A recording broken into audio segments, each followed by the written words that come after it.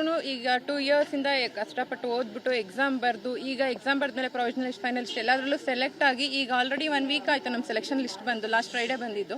So selection list ಬಂದಮೇಲೆ ಇನ್ನೇನು 1 month 1.5 ಮಂತಲ್ಲಿ order copy ಕೊಡ್ತಾರೆ ಅಂತ ನಾವು ಸಿಂಧುತ್ವಕ್ಕೆಲ್ಲ ರೆಡಿ ಮಾಡ್ಕೋತಿದ್ವಿ. ಅಷ್ಟರಲ್ಲಿ ಯಾರು ಸೆಲೆಕ್ಟ್ ಆಗಿಲ್ಲ, ಐ ಮೀನ್ ಎಲಿಜಿಬಲ್ ಆಗಿಲ್ಲಲ್ಲ ಕ್ಯಾಂಡಿಡೇಟ್ಸ್, ಲೈಕ್ 210 ಮಾರ್ಕ್ಸ್ ಕೂಡ ತೆಗ್ದಿಲ್ಲ. ನಮ್ಮ ಕಟ್ ಆಫ್ ಇದ್ದಿದ್ದು 600ಗೆ 210 ಮಾರ್ಕ್ಸ್. ಸೊ 210 ಕೂಡ ಯಾರು ತೆಗೆದಿಲ್ವೋ, ಯಾರು ಎಲಿಜಿಬಲೇ ಆಗಿಲ್ವೋ ಅವರೆಲ್ಲ ಏನು ಪ್ರೊಟೆಸ್ಟ್ ಮಾಡ್ತಿದ್ದಾರೆ ಅಂದರೆ ಹೈಯೆಸ್ಟ್ ಮಾರ್ಕ್ಸ್ ಹೆಂಗೆ ಬಂತು, ಫಾರ್ ಎಕ್ಸಾಂಪಲ್ 600ಗೆ 490 ಹೆಂಗೆ ಬಂತು, ಆ ಥರ ಕ್ಯಾಲಿಬರ್ ಮೇಲೆ ಅವರು ಕ್ವಶನ್ ಮಾಡ್ತಿದ್ದಾರೆ. 400+ ಇರೋರ್ನೆಲ್ಲರನ್ನೂ ಲೈಕ್ ಅಕ್ಯೂಸ್ಡ್ ಅಂತ ಹಾಕ್ಬಿಟ್ಟು ಅವ್ರ ಮೇಲೆ FIR ಹಾಕಿದ್ದಾರೆ. ಸೊ ಈ FIR ಆಗಿರೋದ್ರಿಂದ ನಮ್ದೆಲ್ಲ ಪ್ರೊಸೆಸ್ ತಡೆ ಹಿಡ್ದಿದ್ದಾರೆ. ಮತ್ತು ನಾವು KPSC ಕೂಡ ಈ ಇಶ್ಯೂ ಇದಾದಾಗ 1 ವೀಕು ಇಂಟರ್ನಲ್ ಕಮಿಟಿ ಫಾರ್ಮ್ ಮಾಡಿಬಿಟ್ಟು ನಮಗೆ ರಿಪೋರ್ಟ್ ಕೊಡ್ತೀವಿ ಅಂತ ಹೇಳಿದರು. ಹಾಗಾಗಿ ನಾವು ಇಷ್ಟು ದಿನ ಏನು ಮೀಡಿಯಾ ಮುಂದೆ ಬರೋದಾಗಲಿ ಬೇರೆ ಏನೂ ಮಾಡಿರಲಿಲ್ಲ.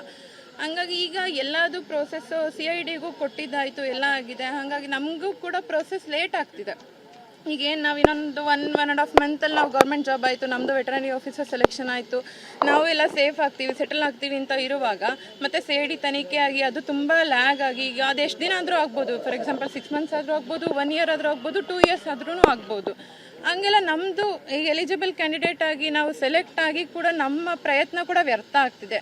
ಬಿಕಾಸ್ ಒಬ್ಬರು ಯಾರೋ ಹಿಂಗೆ ಮಾಡಿದ್ರು ಅಂತ ಹೇಳ್ಬಿಟ್ಟು ಈ ಎಲ್ಲರಿಗೂ ಅನ್ಯಾಯ ಆಗ್ತಿದೆ. ಸೊ ನಾವು ಇಲ್ಲಿ ಎಲ್ಲ ಸೇರಿರೋದೇನು, ಯಾರ್ಯಾರು ಎಲಿಜಿಬಲ್ ಕ್ಯಾಂಡಿಡೇಟ್ಸ್ ಇದ್ದೀವಿ, ಸೆಲೆಕ್ಟೆಡ್ ಆಗಿದ್ದೀವಿ ಕ್ಯಾಂಡಿಡೇಟ್ಸ್, ನಮಗೆಲ್ಲ ನ್ಯಾಯ ಬೇಕು. ನಮಗೆಲ್ಲ ಆದಷ್ಟು ಬೇಗ ತನಿಖೆ ಆಗಿ ಆರೋಪ ಇರೋದು ಈಗ ಆಲ್ರೆಡಿ ಸೆಲೆಕ್ಟ್ ಆಗಿರೋರೆಲ್ಲರೂ ಕೂಡ 80 ಲಕ್ಷ ಕೊಟ್ಟಿದ್ದಾರೆ ಅನ್ನೋ ರೀತಿಯಲ್ಲಿ ಕೆಲವೊಬ್ರು ಆರೋಪ ಮಾಡಿದ್ದಾರೆ. ಆರೋಪ ಮಾಡಿರೋರ್ಗೆ ಏನು ಹೇಳ್ತೀರಿ ಸರ್? ಆರೋಪ ಮಾಡಿರೋರ್ಗೆ ಏನು ಹೇಳೋದು ಅಂದರೆ, ನಾವು ರೈತರ ಕುಟುಂಬದಿಂದ ಬಂದಿರೋರು, ನಾವು ಅಪ್ಪನೂ ರೈತರೆ.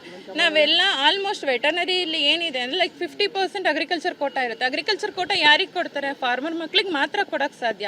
ಹಾಗೆ ಫಾರ್ಮರ್ ಬ್ಯಾಕ್ಗ್ರೌಂಡಿಂದ ಬಂದಿರೋರು ನಾವು 80 ಲಕ್ಷ ಎಲ್ಲಿಂದ ತರೋಣ ಸರ್? ಎಲ್ಲ ಈಗ ಗೊತ್ತು, ಬೆಳೆ ಹೆಂಗಿದೆ, ಮಳೆ ಹೆಂಗಿದೆ ಎಲ್ಲ ಗೊತ್ತಿದ್ದು ನಾವು ಜೀವನ ನಡೆಸೋಕ್ಕೆ ಕಷ್ಟ ಇರೋ ಪರಿಸ್ಥಿತಿಲಿ ಹೆಂಗೋ ನಮ್ಮ ಮಕ್ಕಳು ಸೆಟ್ಲ್ ಆದರು, ವೆಟರ್ನರಿ ಡಾಕ್ಟರ್ಸ್ ಆದರು, ಇನ್ನು ಅವ್ರ ಕಾಲ ಮೇಲೆ ಅವ್ರು ನಿಂತ್ಕೋತಾರೆ ಅನ್ನೋ ಟೈಮಲ್ಲಿ 80 ಲಕ್ಷದ ಆರೋಪ ಅಂದರೆ 80 ಲಕ್ಷ ನಾವು ದುಡಿಬೇಕು ಅಂದರೆ ನಮಗೆ ಮಿನಿಮಮ್ 80,000 to 1 lakh ಸ್ಯಾಲ್ರಿ ಇರುವಾಗ ನಮಗೆ ಅದು ಲೈಕ್ 7 to 8 ಇಯರ್ಸ್ ಬೇಕು. ಅದು ನಾವೇನು ಖರ್ಚು ಮಾಡಿದ್ರೆ ಅಷ್ಟು ಸೇವ್ ಮಾಡಿದ್ರೆ ಖರ್ಚುಗಳು ಇದ್ದೇ ಇರುತ್ತೆ. ಹಾರ್ಡ್ಲಿ 20,000-30,000 ಉಳಿಸೋದೇ ಹೆಚ್ಚಾಗ್ತಿದೆ. ಹಾಗಿದ್ದಾಗ ನಾವು ಇಡೀ ನಮ್ಮ ಸರ್ವಿಸ್ ಏನಿದೆ 25 to 30 ಇಯರ್ಸ್ ನಾವು ದುಡಿದ್ರೂ ಕೂಡ ನಮಗೆ 80 ಲಕ್ಷ ಸೇವ್ ಮಾಡೋಕ್ಕಾಗಲ್ಲ.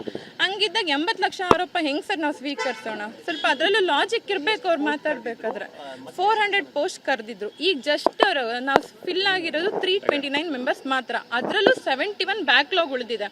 ಸೊ ಬ್ಯಾಕ್ಲಾಗ್ ಉಳಿದಿದೆ ಅಂದರೆ ಏನರ್ಥ? ದ ಕ್ಯಾಂಡಿಡೇಟ್ಸ್ ಏನು ಯಾರಿದ್ದಾರೆ 210 ಮಾರ್ಕ್ಸ್ ಕೂಡ ಕ್ರಾಸ್ ಮಾಡಿಲ್ಲ, ಮಾಡಬೇಕಿತ್ತಲ್ವ? 210 ಎಲಿಜಿಬಿಲಿಟಿ ಲಿಸ್ಟ್ ಇದ್ದಾಗ 210 ಮಾರ್ಕ್ಸು ಅವ್ರು ತೆಗಿದಲ್ಲೇ ಇದ್ದಾಗ ಅವ್ರು ಅದರಲ್ಲಿ ವಿಫಲರಾಗಿ ಈಗ ನಮ್ಮ ಮೇಲೆ ನಾವೆಲ್ಲ ಮಾಡಿ ಸೆಲೆಕ್ಟ್ ಆಗಿರೋ ಕ್ಯಾಂಡಿಡೇಟ್ಸ್ ಮೇಲೆ ಆರೋಪ ಮಾಡ್ತಿದ್ದಾರೆ. ತನಿಖೆ ನಡುವೆನೇ ಷರತ್ತುಬದ್ಧ ನೇಮಕಾತಿ ಮಾಡ್ಕೊಳ್ಬೇಕು ಅಂತ ತಮ್ಮ ಹೌದು ಸರ್, ಹೌದು. ಯಾಕಂದ್ರೆ ಈಗ ನ್ಯಾಯವಾಗಿ ಮಾಡಿರೋರ್ಗೆ ಯಾಕೆ ಅನ್ಯಾಯ ಆಗಬೇಕು? ನಮಗೂ ಸಿಗಲಿ, ನಾವು ಬೇಗ ಹೋದ್ರೆ ನಮಗೂ ಎಕ್ಸ್ಪೀರಿಯನ್ಸ್ ಆಗುತ್ತೆ. ಈಗ ತನಿಖೆ ಆಗುತ್ತೆ ಅಂತ ತುಂಬ ಡ್ರ್ಯಾಗ್ ಆಗೋದ್ರೆ ನಾವೇನು ಮಾಡಬೇಕು? ಅಷ್ಟು ವರ್ಷ ನಮ್ಗೆ ಎಕ್ಸ್ಪೀರಿಯನ್ಸ್ ವೇಸ್ಟು. ಮತ್ತೀಗ ಗೌರ್ಮೆಂಟ್ ಜಾಬ್ ಅಂತಲೇ ನಾವು ತುಂಬ ವರ್ಷದಿಂದ ಕಷ್ಟಪಡ್ತಿದ್ದೀವಿ. ನಮ್ಮ ಡಿಪಾರ್ಟ್ಮೆಂಟಲ್ಲಿ 9 ಇಯರ್ಸ್ ಆಯಿತು ರಿಕ್ರೂಟ್ಮೆಂಟ್ ಆಗಿ, ಇನ್ನೂ ಏನೂ ಆಗಿಲ್ಲ. 9 ಇಯರ್ಸಲ್ಲಿ ಮುಂಚೆ ನಮ್ದು ಹೆಂಗಿತ್ತಂದರೆ ಡೈರೆಕ್ಟ್ ರಿಕ್ರೂಟ್ಮೆಂಟ್ ಇತ್ತು. ಡೈರೆಕ್ಟ್ ರಿಕ್ರೂಟ್ಮೆಂಟ್ ಅಂದರೆ ಜಸ್ಟ್ CGPA ಮೇಲೆ.